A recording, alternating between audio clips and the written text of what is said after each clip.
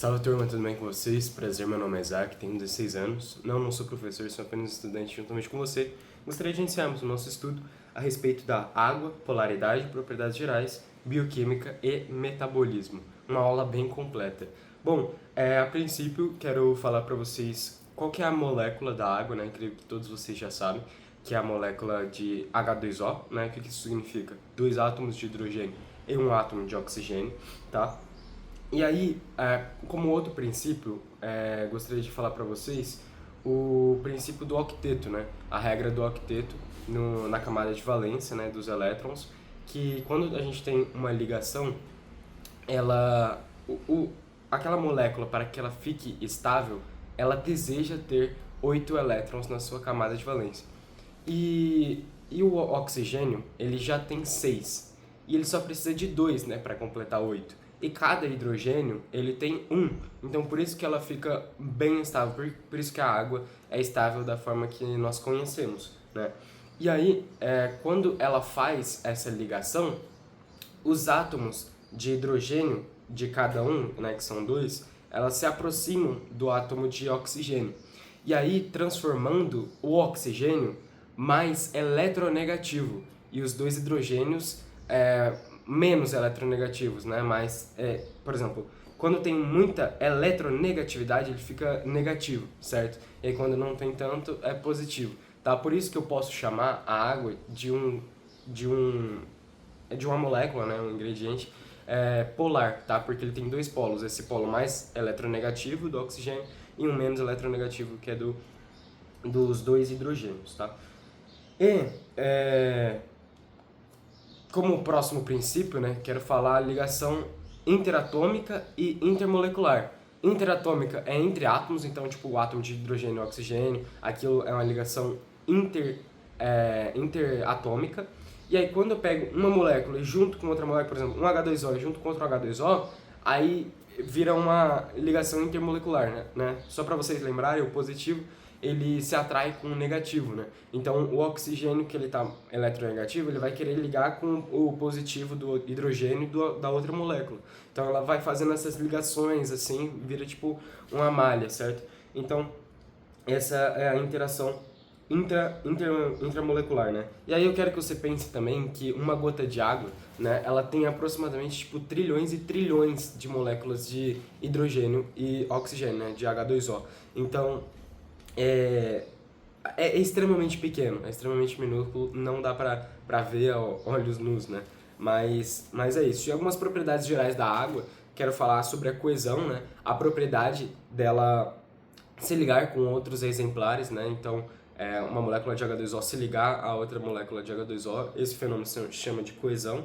E a tensão superficial, ela, por exemplo, quero que você imagine numa piscina, e aí a água que está no meio da piscina, ela faz ligações intramoleculares para todos os lados. Então, para cima, para baixo, para um lado, para o outro, ao seu todo derredor, ela está fazendo ligações. Porém, as moléculas que estão na superfície, elas só podem fazer ligações para baixo, transformando a superfície, mais tensa. Inclusive, né, se você pular, é por isso, né, que se você pular de barriga na água, dói, porque ela ali tá muito tensa, aquela superfície. E para que não doa, né, você tem que diminuir a sua área, né? Então temos mais uma fórmula aí, que é a fórmula da pressão, que é pressão igual a força sobre área. Então, para que você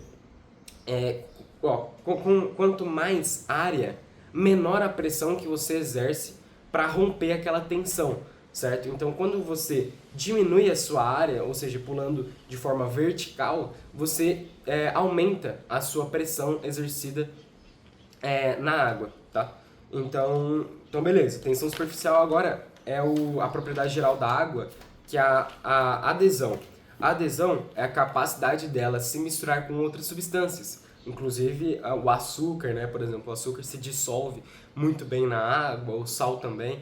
Então, esses dois, né? Principalmente o sal, né? Que é mais fácil de exemplificar para vocês, que é o Na positivo e o Cl negativo, sabe? Então, o sal, ele também é polar. Então, lembra que eu te falei, o positivo ele atrai com o negativo. Então, o negativo do oxigênio se atrai com o Na positivo do sal de cozinha, né?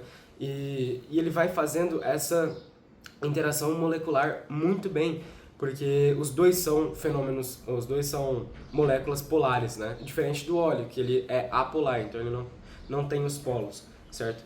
Então, o que eu quero deixar claro também, o sal ele não some, ele apenas é dividido em várias partes. Por exemplo, a gente tem interação intramolecular no sal, só que aí vem a água e ele vai tirando essa ligação intramolecular, então ela vai dividindo assim em moléculas menores, tipo, separa o Na, separa o Cl, então tipo, fica o cloro, né? E fica muito bom, né? Fica bem dissolvido que a olho nu talvez dê pra enxergar minimamente, mas você vê que fica bem diluído, bem quase homogêneo, né? Vamos dizer assim. Outra propriedade específica da água é o calor específico, né, que é o aumento de temperatura. Tá. E um princípio antes de eu falar sobre o calor específico, um que a gente já tratou nas aulas anteriores, mas é bom reforçar, sobre a agitação molecular, né? Conforme vai aquecendo o calor, conforme vai dando energia à substância, as moléculas dela vai começando a agitar, né? Elas agitam conforme demandado a energia dela, e aí assim, né, consequentemente, fazendo com que aqueça ela, certo? Então, o calor específico da água, ele é um calor alto, né, que é de 1 caloria por grama por grau. Então, a água, ela é muito estável, ela tem estabilidade térmica, tem estabilidade metabólica e estabilidade enzimática, certo? Enzimática, a gente pensa, né, o metabolismo é um conjunto de reações químicas em um ser vivo. Então, o que é o meu metabolismo está lento, meu metabolismo está acelerado, isso que a gente fala, né? São algumas reações químicas que acontecem dentro do nosso corpo. Então, pode ser tipo assim, A mais B igual a C, ou A mais B igual a B, né? E a enzima, ela serve como catalisadora, né? De quebrar algumas coisas, fazendo com que seja mais fácil de digerir, por exemplo, no caso da enzima digestiva, né? E então a enzima ela é capaz, né? Ela faz com que diminua o tempo necessário para que algo no seu corpo aconteça. Então, você comeu a carne, cara, se não tivesse enzima eu nem sei o que aconteceria, mas graças à enzima, ela divide, ela aumenta a rapidez, né? Ela diminui o tempo com que você digere aquela substância, aquela carne, né? Então cada enzima é uma proteína, mas também nem toda proteína é uma enzima, né? Só que, por que eu estou falando esse princípio? Se aquela proteína enzimática, né? Ela é aquecida e ela muda a sua forma, ela perde a sua função. Então, ela só tem função através da sua forma. Se ela muda de forma, ela perde totalmente a sua função. Então, é extremamente importante com que a água, ela impeça essa mudança de temperatura tão rapidamente, né? Então, se você está num calor ali de 43 graus do deserto lá, cara, o seu corpo não vai ficar 43 de forma tão rápida, certo? Então, mantendo a sua estabilidade térmica, a sua estabilidade metabólica, assim, o máximo possível.